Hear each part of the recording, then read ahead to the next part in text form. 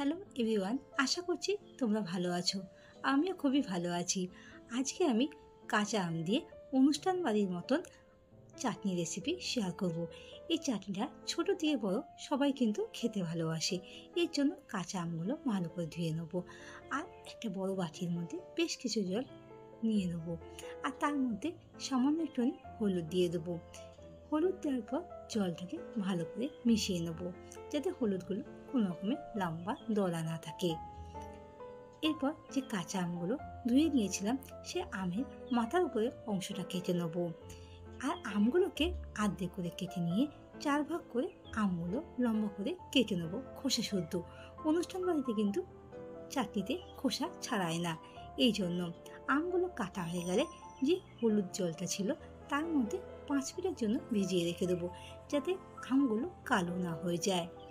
আর কড়াইতে বেশ কিছু জল গরম করতে বসিয়ে দেবো, আর জলটা গরম হয়ে গেলে তার মধ্যে সামান্য একটুখানি হলুদ অ্যাড করে দেবো। হলুদ দেওয়ার পর জলটাকে ভালো করে ফুটিয়ে নেব, আর যে কাঁচা আমগুলো কড়াইতে দিয়ে দেবো।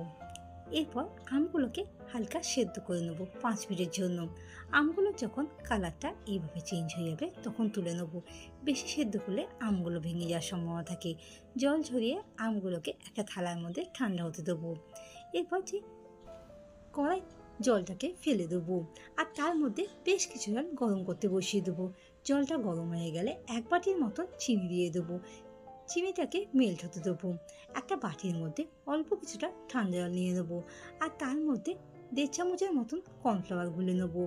আপনারা আমের পরিমাণ অনুযায়ী কর্নফ্লাওয়ার কম বেশি পরিমাণটা করতে পারেন।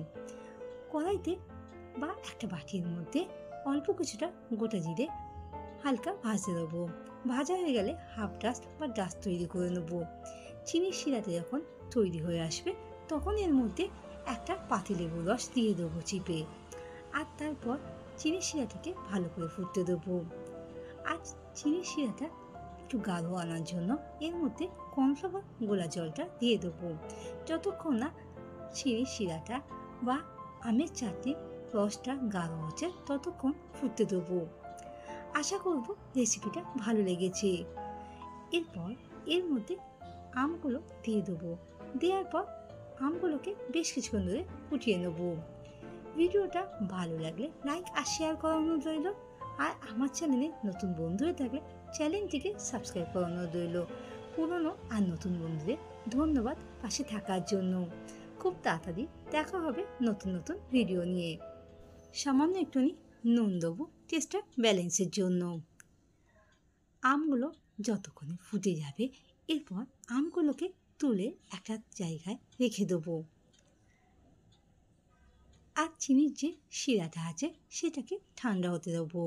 ফুটন্ত চিনির রসটা দিলে আমগুলো ভেঙে যাওয়ার সম্ভাবনা থাকে, তাই ঈষদুষ্ণ গরম রসটা আমের উপর দিয়ে ছড়িয়ে দেবো। আর উপর দিয়ে যে ভাজা মশলা ছিল সেটাকে উপর দিয়ে দেবো। দেওয়ার পর 5 মিনিটের জন্য ঢাকা দিয়ে রেখে দেবো। বাড়িতে একবার এইভাবে বানিয়ে খেয়ে জানাতে ভুলবেন না কেমন হয়েছে রেসিপিটা। ধন্যবাদ।